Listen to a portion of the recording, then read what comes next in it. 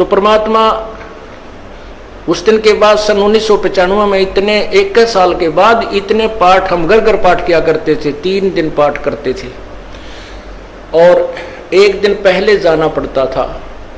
ये दास स्वयं सेवा करता था, घर घर जाके उनके सब जहाँ हमने पाठ करने का स्थान देखना होता था उसकी सफाई करते थे। कईयों का देख का कमरा होता बड़ा सा, उसी में पाठ भी करना, उसी में खाना भी बनाना, उसी में खाना भी उसी में, सोना भी उसी में। तो उस ढंग से अपनी सेटिंग कर लेते हम, इतनी जगह हम पाठ कर लेंगे। तो मेरा जाना अति आवश्यक था उस समय, क्योंकि ये स्टार्ट था भक्ति का और स्टार्ट था इस 500 यज्ञ करने का। किसी को नहीं मालूम था, बच्चे थे सहयोग देने लगे और धीरे धीरे फिर वो क्या हुआ कि इतने पाठ हो गए कि मुझे नौकरी, पहले तो क्या करता था, शुक्रवार को पाठ प्रारंभ किया, शुक्र शनि ड्यूटी करके सामने चले जाते बृहस्पतिवार को, शुक्रवार को रात में तैयारी करते, शुक्रवार को शनिवार को अब पाठ प्रारंभ करके अपनी नौकरी पर चला जाता, फिर शाम ना आ लेता, शनिवार इतवार की छुट्टी हो जाती, काम चल रहा था। वो हफ्ते में हुए, फिर होने लगे डेली।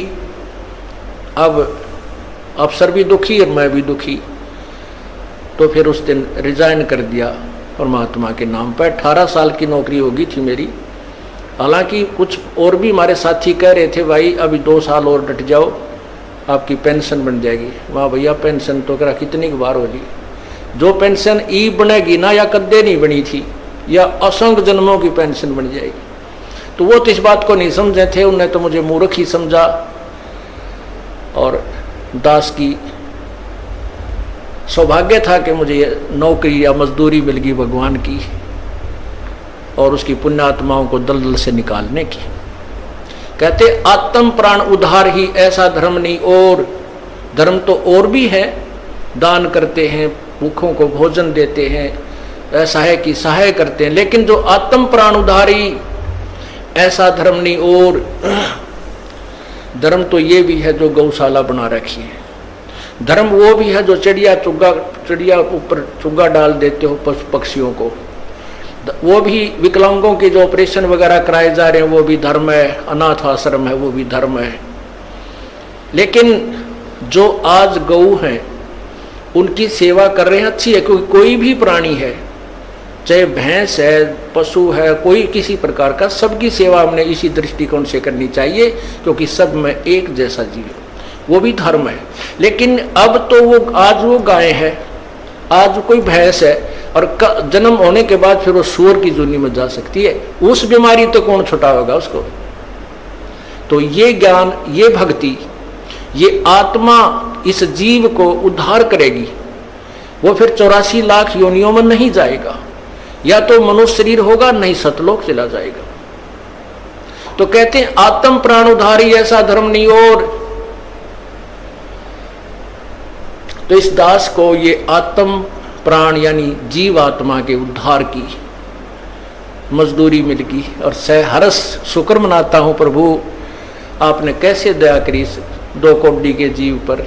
और ऐसे निर्मल भगवान की महिमा, ओए होए होए, जिसके नाम लेते हैं रूंग रूंग खड़े हो जाते हैं। उसके बाद परमात्मा की ऐसी महिमा हुई, अब मुझे इतनी खुशी होती है। कैसा निर्मल समाज तैयार हो रहा है। बीड़ी, शराब, मांस, तम्बाकू, उसको देखकर भी राजी नहीं है।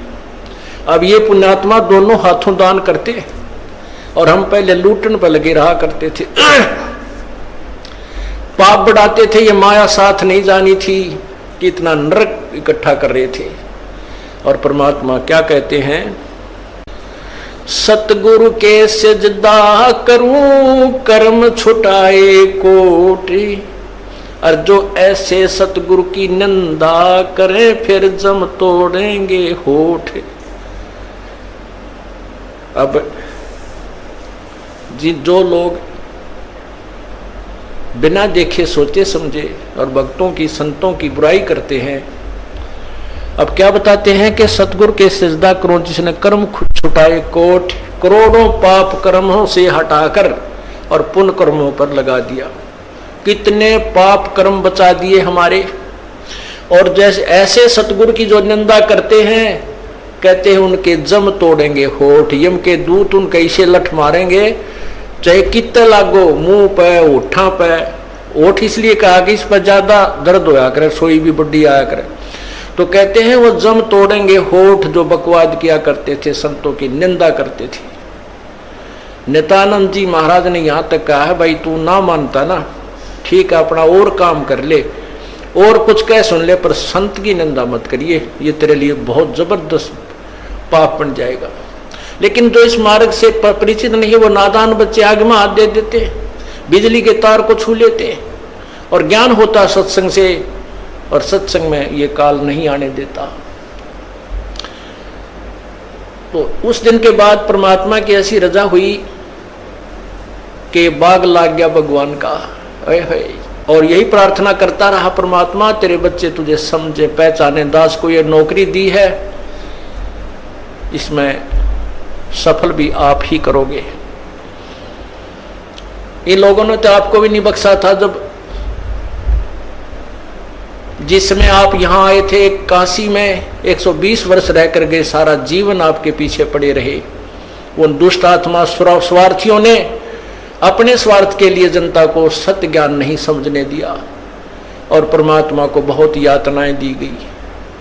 अब उनकी जो यातनाओं उनके साथ जो हुए संघर्ष को देखकर इस दास का दिल डटा हुआ है कि हमारे साथ तो अभी कुछ भी ना हुआ है। जो उस परमात्मा के साथ कितना तेल के कढ़ाई में डाल दिए, कितना काट काट के घेर दिए, कितना कुएं में डाल के ऊपर तो डले ठोक दिए, और फिर भी डोके न पाए।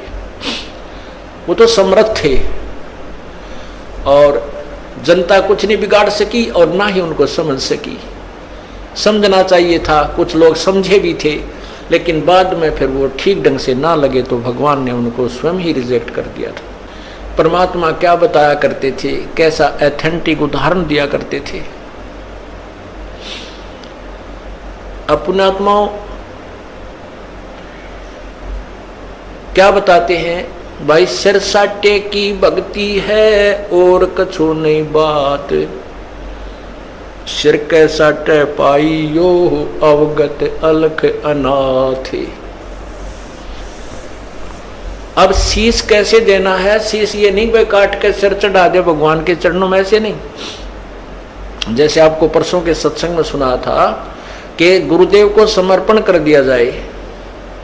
समर्पण का अर्थ यह है कि जो आज्ञा दे वही की जाए, चाहे वो बुरा लग रहा है चाहे अच्छा लग रहा है, उसमें हमारा हित है, अति हित होता है। और संत क्या कहते हैं, भाई बीड़ी शराब मांस तम्बाकू ये मत पीना। संत कहते हैं चोरी जारी नहीं करना, डाके ना डालना, किसी की जेब ना काटना, ये महापाप है तेरे लिए। अपना करके खाना बेटा, भगवान भजना, इससे तेरा कल्याण होगा। और हम यही वचन नहीं मानेंगे तो फिर यहाँ स्कूल में आने की आवश्यकता क्या, इस विद्यालय में सत्संग में आने की आवश्यकता क्या। हम गलतियां भी गलती पे गलती करते रहे और फिर सत्संग में भी आ रहे हैं तो वो फेल हो जाएंगे विद्यार्थी, वो पास नहीं हो पाएंगे। और परमात्मा के पाने का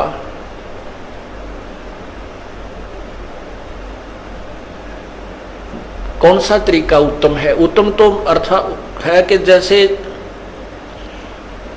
आपने सुना है, कुबद कांचड़ी चढ़ी चित पे होया मनुष्य नागरे, सूझे नहीं सजन सुख सागर बिना प्रेम बैरागरे।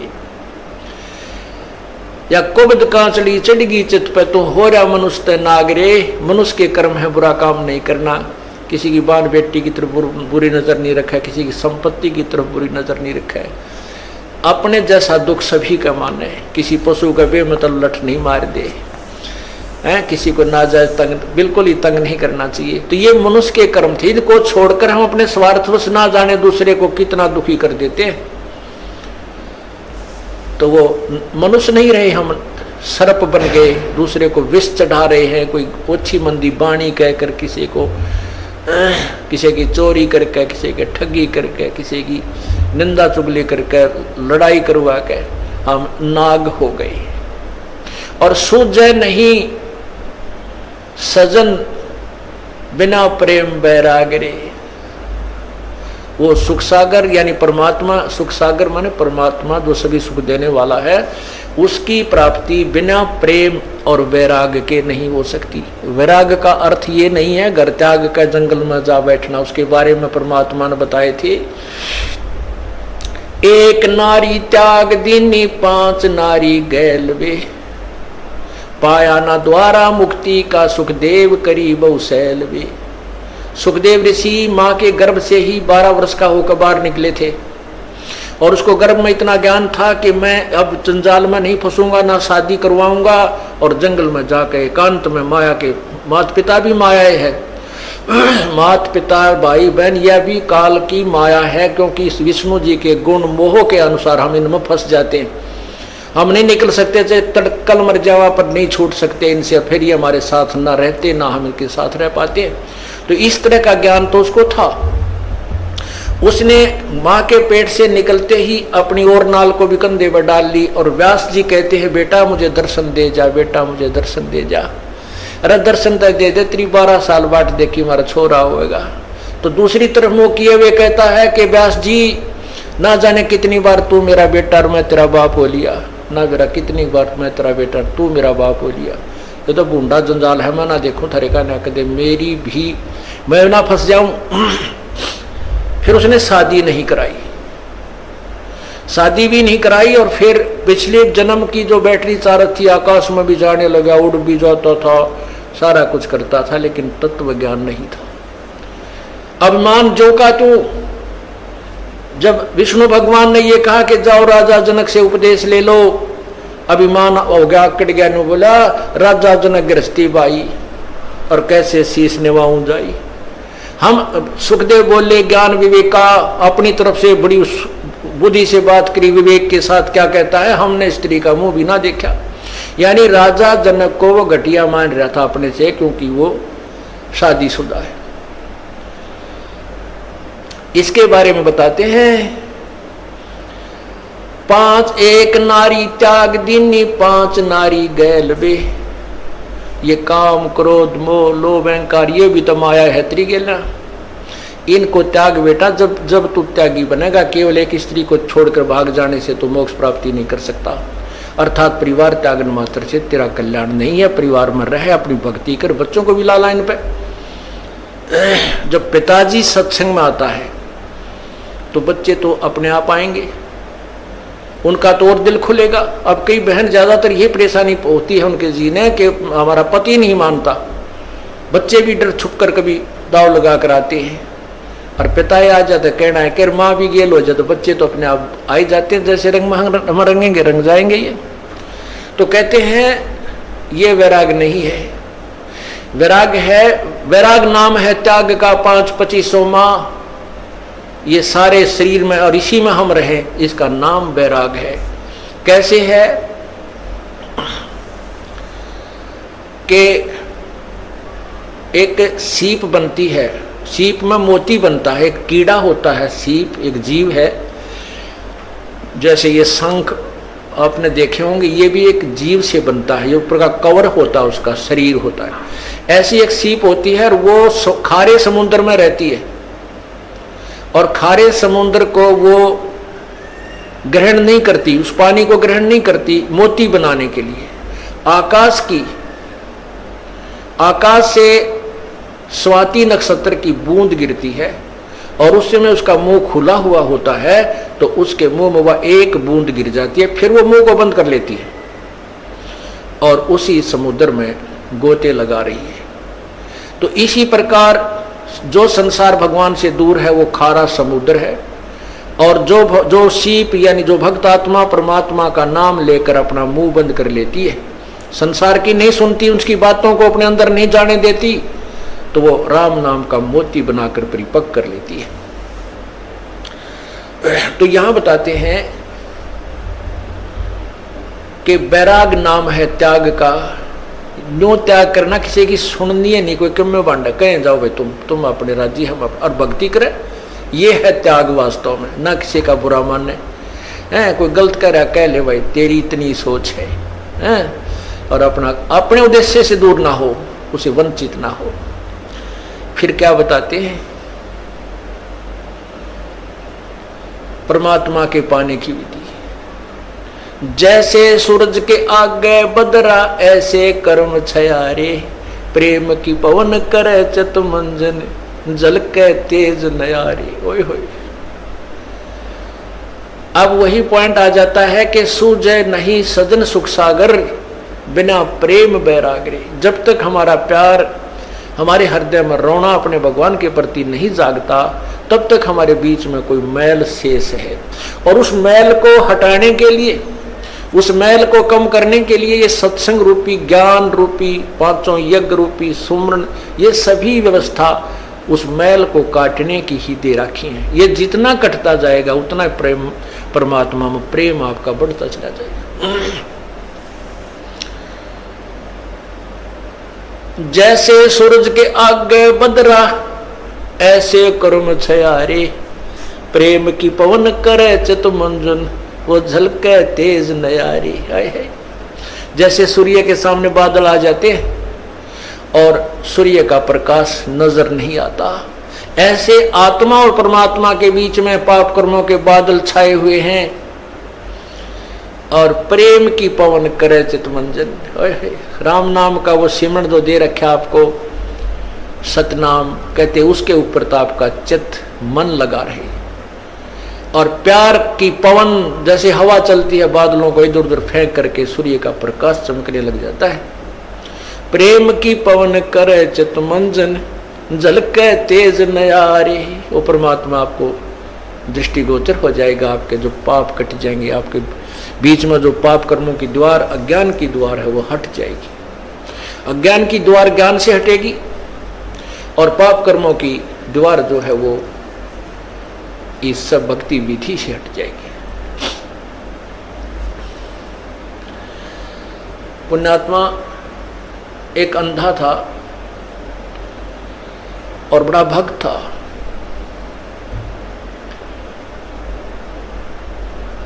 बड़ी साधना करा करता था। एक बार उसको दस्त लग गए, पेचिस लग गए, उसको लूज मोशन हो गए। और लूज मोशन इतने हो गए, उम्र भी उसकी अच्छी हो गई थी, 60-70 के आसपास। इतने लूज मोशन हो गए कि वो समझ गया ना कोई दवाई काम करे। तो उसको पता लग गया कि अब तेरा जाने का टाइम आ गया है, अब नहीं रह पाएगा। इस दृष्टिकोण से उसने सोचा, यहाँ क्यों दुखी करा, कोई एक आधा व्यक्ति टूटा फूटा हुआ है, यू को कपड़े धोने में लग गया रहे। तो उसने सोचा कि जंगल में जाकर के इस शरीर को त्याग दूंगा, वहीं मर जाऊंगा, 1-2 दिन में भूखा प्यासा, दस्त लगी रहे हैं, खत्म हो जाऊंगा और वहाँ इस शव को कोई पशु पक्षी खा पी लेंगे, उसको उनका उद्धार हो जाएगा। इस दृष्टिकोण से वो महात्मा जंगल में बहुत गहरा चला गया, बहुत गहरा,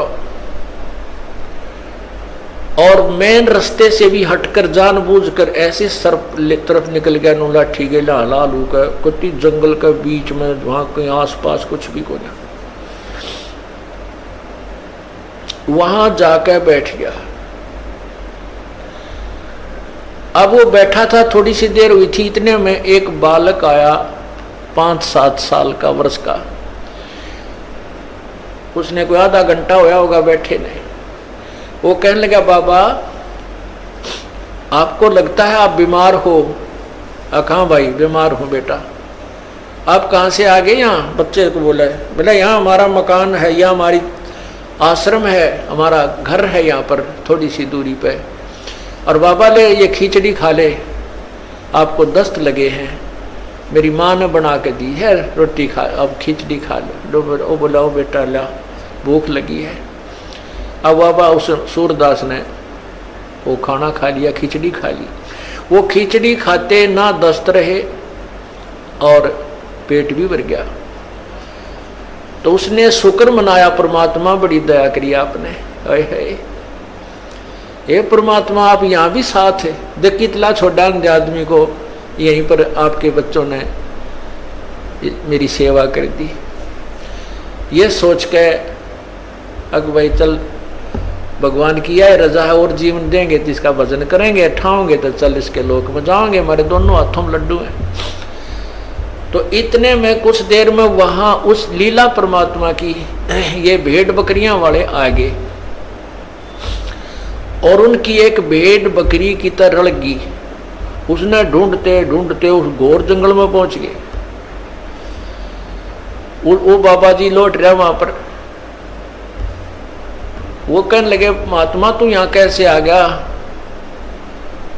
वो बोला भाई आ गया, मैं ऐसे ऐसे बीमार था और यहाँ एक भगवान आत्मा का घर है, उसने बिरानी की ऐसी दया करी, कोई खिचड़ी सी बना कर दी, मैं ठीक हो गया, मेरे दस्त लाग रहे थे। वो गडरिये जो थे वो उसके मुंह का ना देखे महात्मा उस सूरदास के मुंह की तरफ कि क्या कह रहे हो, यहाँ कौन है, किसका घर है। और उसके पास क्या था, वो जो प्लेट लाया था, थाली जिसमें खिचड़ी लाया था डाल के, जब उस महात्मा ने वह खिचड़ी खा ली, वो आवाज लगा रहा था बेटा अपनी यह थाली ले जा, बेटा थाली ले जा। उधर से वो गडरिये आ गए, जब वो रट लगा रहा था तो गडरिये बोले बाबा किसको आवाज लगा रहा तू? बोला भाई यहाँ कोई एक घर है और उन्होंने ये खिचड़ी बना के भेजी थी, बेटा उनकी थाली, वो बालक था ना ले गया होगा थाली, ये थाली को उनको ले जाएंगे अपनी।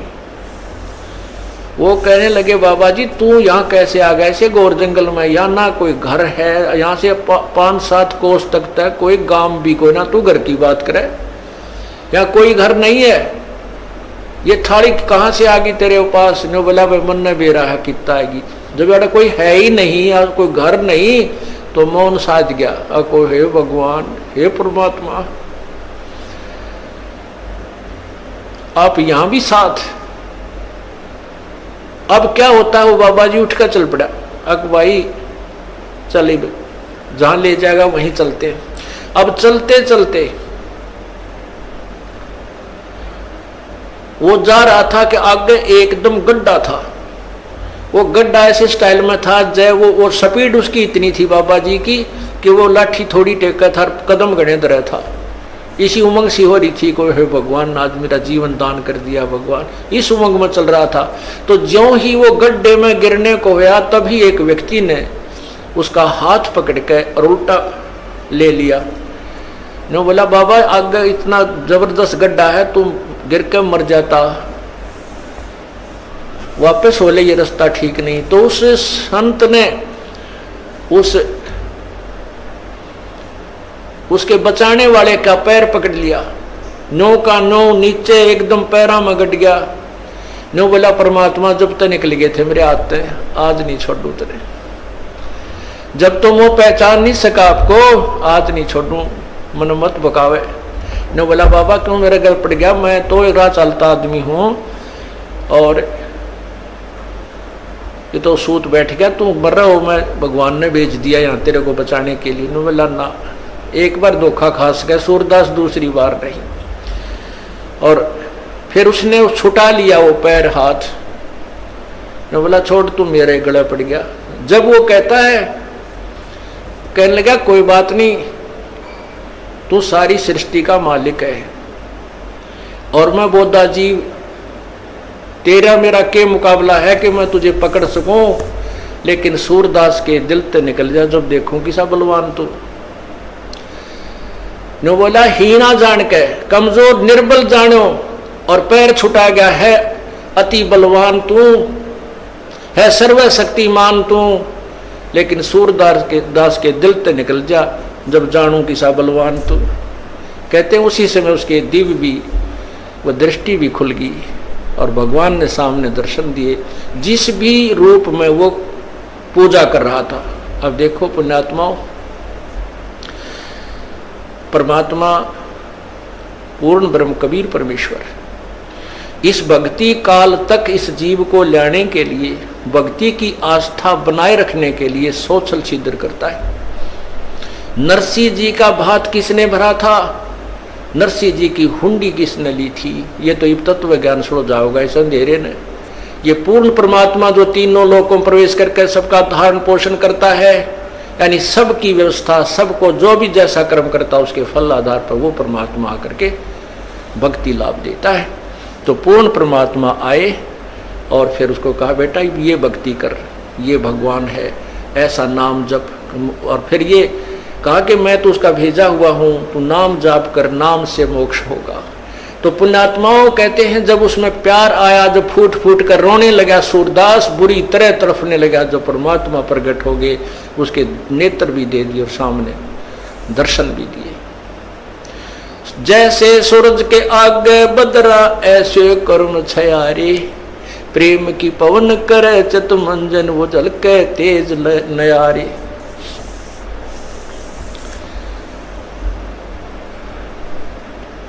कहते हैं बिना प्रेम पावे नहीं चे करोड़ समाधि ला। और इस प्यार को जागृत करने के लिए, इस प्यार को आप परमात्मा के प्रति बढ़ाने के लिए आपका जो ट्रीटमेंट चल रहा है, ये सारा जो उपचार है परमात्मा में प्यार बढ़ाने का। जितना भी प्यार आपका भगवान में बढ़ जाएगा, उसके बाद आपको संसार में उस मालिक के अतिरिक्त कोई नजर नहीं आएगा। और वो मालिक कैसा है, कौन है, उसको नहीं जानते। इसलिए परमात्मा ने यही कहा है कि मम संत मुझे जान मेरा ही स्वरूपम। मेरे संत को मेरा ही रूप मान लेना, मैं मुझे ही मान लेना। जैसे गुरु भगवान नहीं है, गुरु तो भगवान को मिलाने का, प्राप्त करवाने का एक मीडिया है, लेकिन वो पूर्ण परमात्मा का कृपा पात्र है। उसको परमात्मा को पाने के लिए हमारे को गुरु जी को भगवान मानना पड़ेगा। और भगवान मान के वो रिहर्सल करनी है, हमने वो प्रैक्टिकल करना है कि जब हम पूर्ण परमात्मा के सामना होगा कहीं वहां कोई गलती ना बन जावे। यही जो गलतियां हो लें अपनी सुधारना, और फिर अंत में ये पक्के हो जावा कि यह गलती फिर आगे नहीं होनी चाहिए। अब जैसे आप शरीर छोड़ोगे, जो भक्ति नहीं कर रहे उनके साथ तो वह ब्राह्मण माटी होगी, यम के दूध देखते कालजा पाटेगा उनका। और आपको परमात्मा स्वयं इस दास के रूप में खड़ा पाओगा, क्योंकि आप मुझे पहचानते हो, मेरी शक्ल को पहचानते हो। भगवान आपको वहां मिलेगा और आपको साथ लेकर के ऊपर जाएगा। तो आपको ऐसा लगेगा जैसे सत्संग में जा रहे हैं। वहां पर भी ऐसे ही मेले भरे होंगे, परमात्मा की लीला होगी, और वहां फिर तुम कोई गलती कर दोगे, क्योंकि यहाँ परमात्मा बहुत समय तक आपको फिर रखता है। इस 21वें ब्रह्मांड में एक, यहाँ इस एक ब्रह्मांड में अलग स्थान है परमात्मा, वहां भी आपकी पूरी ट्रेनिंग लेगा। और वहां फिर ऐसे जैसे सत्संग में आते हो, यहाँ भी इधर उधर का कोई गलती कर दोगे तो ये तो एक प्रैक्टिकल हो रहा है, और वहां हो जाएगा ओरिजिनल एग्जाम आपका, तो वहां से फिर पटकने पड़ोगे यहीं पर। उसमें इतना सुख जरूर हो जाएगा कि कई सैकड़ों मनुष्य जन्म में मिल सकते हैं, पार नहीं हो सकते। तो इसलिए यहाँ जो आप आते हो, तो जब यो दास है आपका, वो परमात्मा ने भेज रखा है, तो उसके लिए कहते हैं मम संत, मेरे संत को मेरा ही स्वरूप मानिए। मम संत मुझे जान मेरा ही स्वरूपम। अब जैसे परमात्मा गुरु के बिना नहीं मिले, और कहते हैं गुरु जी भगवान है। परमात्मा खुद कहते हैं गुरु मानुष कर जानते ते नरकिये अंधे, ओवे दुखी संसार में आ गए यम के फंदे। अब गुरु गोविंद कर जानियो, गुरु जी को भगवान मानकर चलियो, और रहियो शब्द समाए, वचन में, वचन के अंदर चलना, उसके आज्ञा का पालन करते रहना।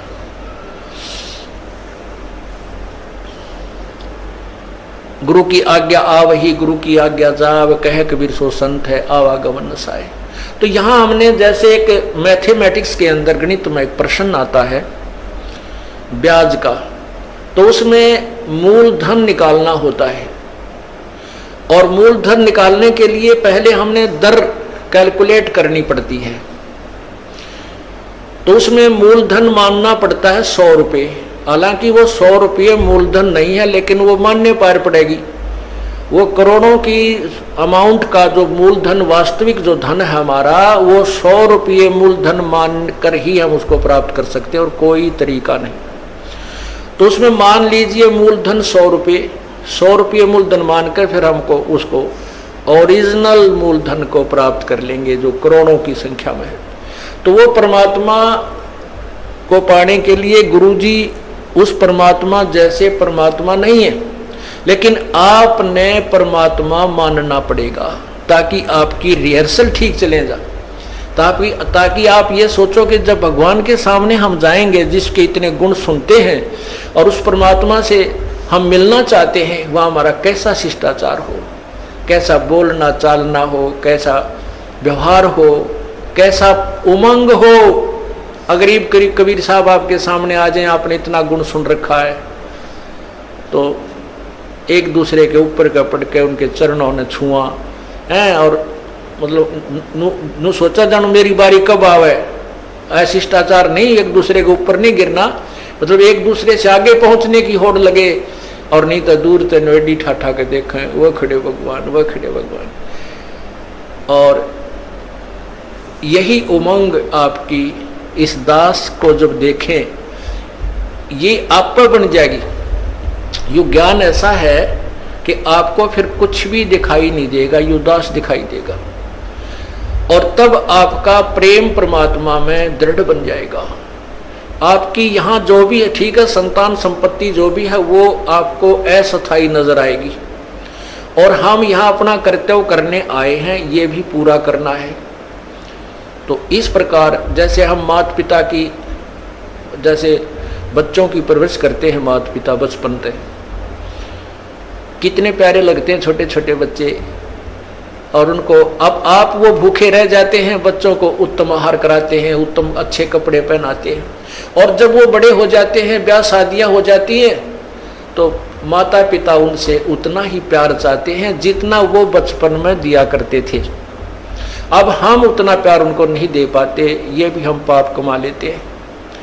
बूढ़े आदमी ने कुछ नहीं चाहिए, सारे शौक खत्म हो जाते हैं उसके बुढ़ापे में, और हमारे भक्त बीड़ी शराब मांस तम्बाकू को मुँह त्याग देते हैं, तो बिल्कुल नहीं छूते, वो केवल प्यार के भूखे होते हैं। बुजुर्ग आदमी को, माता पिता को, दादा दादी को, बाहर से आते हो या सुबह उठते हो, सत्साहेब बोले, और प्यार तेनो बाहर से भी आते हो, चाहे आपका किसा मूड ऑफ है, अपने माता पिता से कहे माँ ठीक हो, पिताजी ठीक हो, उनका आड़े गदगद आत्मा हो जाती है, और पिताजी बोला छोरा मुँह चुड़ाओ करनो चल पड़े, तो उसकी दूना रोना बढ़ जाता है।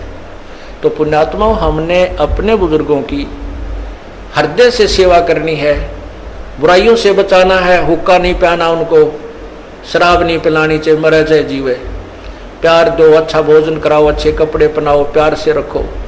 तो इसी प्रकार हमने हर कर्तव्य को पूरा करते हुए हम तभी हंस बनेंगे, तभी हम संत बनेंगे, भक्त बनेंगे, जब हम हर प्राणी के प्रति उतना ही प्यार रखेंगे। और वो प्यार सबके एक से द्वेष बनाए रखें घर में, तो प्यार कैसे रहेगा, भगवान में भी ना रहे वो। तो इसलिए हमने धीरे धीरे सब में नॉर्मल प्यार बढ़ाना है, और विशेष प्यार परमात्मा में रखना है। जो पति भरता पति से राती, आन पुरुष नहीं भावे, बसे पी हर में सुरत प्रीतम में, ऐसे ध्यान लगावे।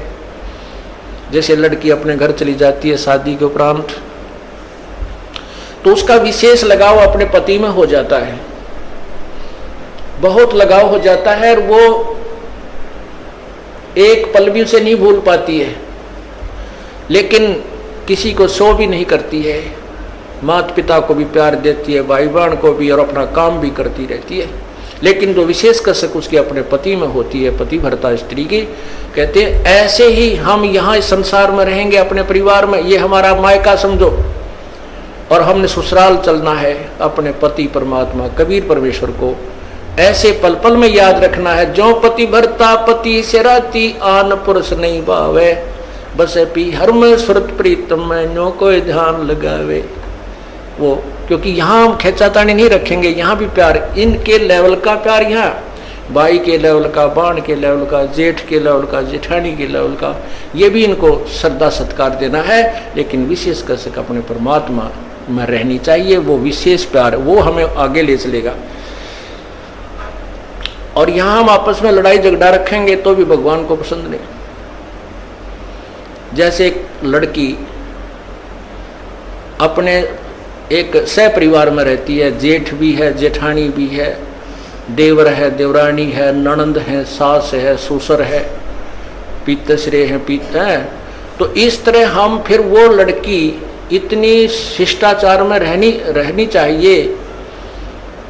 अपने पति से तो प्यार है ही है, वो तो बिल्कुल उसमें को नो डाउट, क्योंकि उसका और उसका आजीवन का संबंध है।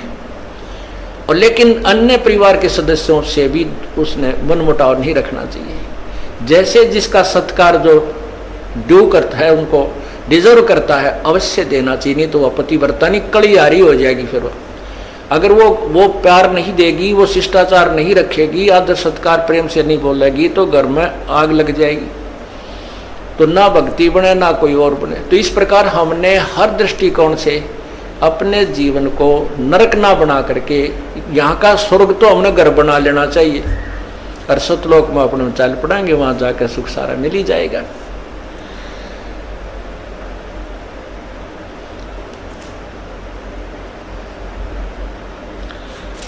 इस प्रकार हमने अपने इस जीवन को सुचारू करना है और परमात्मा प्राप्ति करनी है।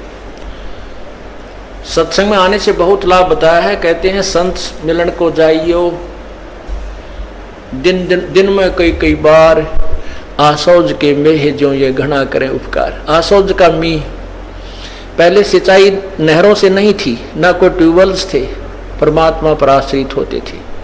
तो उसमें आसौज में जो मीह बरसता था, वर्षा होती थी, वो पहले वाली फसल को, जो ईबो राखें बाजरे ज्वार ज्यादा बोया करते थे, उसको तो परिपक्व करती थी। और नेक्स्ट, क्योंकि चने ज्यादा बोते थे, और उसके लिए कहते हैं आगे की सिंचाई का भी काम कर जाती थी।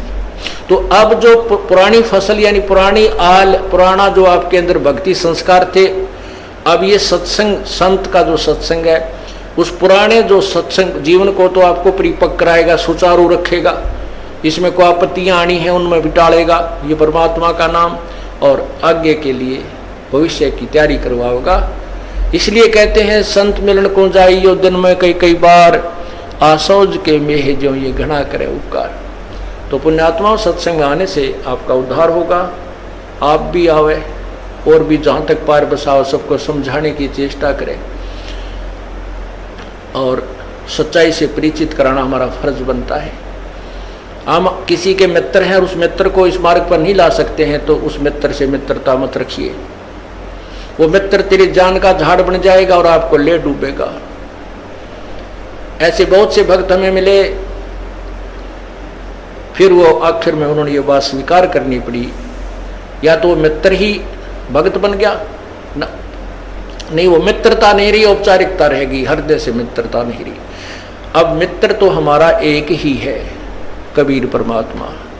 अगर हम उससे मित्रता करेंगे, तुमेव बंधु च सखा तुमेव, तुमेव माता च पिता तुमेव, तुमेव बंधु च सखा तुमेव, तुमेव विद्या च दृढ़ तुमेव, तुमेव सर्व मम देव देव। तू ही सखा यानी मित्र है, बंधु हमारा भाई बंध, वास्तव में परमात्मा ही हमारे सब नातों में फिट है, बाकी यहाँ के नाते वो अपने स्थान पर। इसलिए परमात्मा की भक्ति करो और सच्चे लगन से और ज़्यादा से ज़्यादा परमात्मा के चरणों में आया करो। ये 3 दिन की जमानत तो करवाए लिया करो काल पे, परमात्मा पे, और 3 दिन आकर भगवान का ये गुणगान सुन जाया करो। तो किरा के जन्मा का घाटा है जिसमें हम जुड़े हुए हैं। अर्ज करा करो भगवान हमें समय दे, हम जा सकें अपने परमात्मा की महिमा सुनने के लिए। रोया करो कभी उनके चरणों में पड़ के वहीं पर, तो वो ये जमानत लेगा, तभी आन देंगे आपको, ना काल नहीं छोड़ा ही। तो अब इस घाटे में जोड़ रहा है, फिर तेली का बैल बना देगा, गधा बना देगा, फिर वहाँ नहीं छूटना। तो अब हम प्रयत्न कर सकते हैं, अब हम छूट सकते हैं। परमात्मा का सहारा है, हमारे पास ज्ञान है और फिर सच्चा नाम है। आप पूरा प्रयत्न करें। बोलो सतगुरुदेव की जय।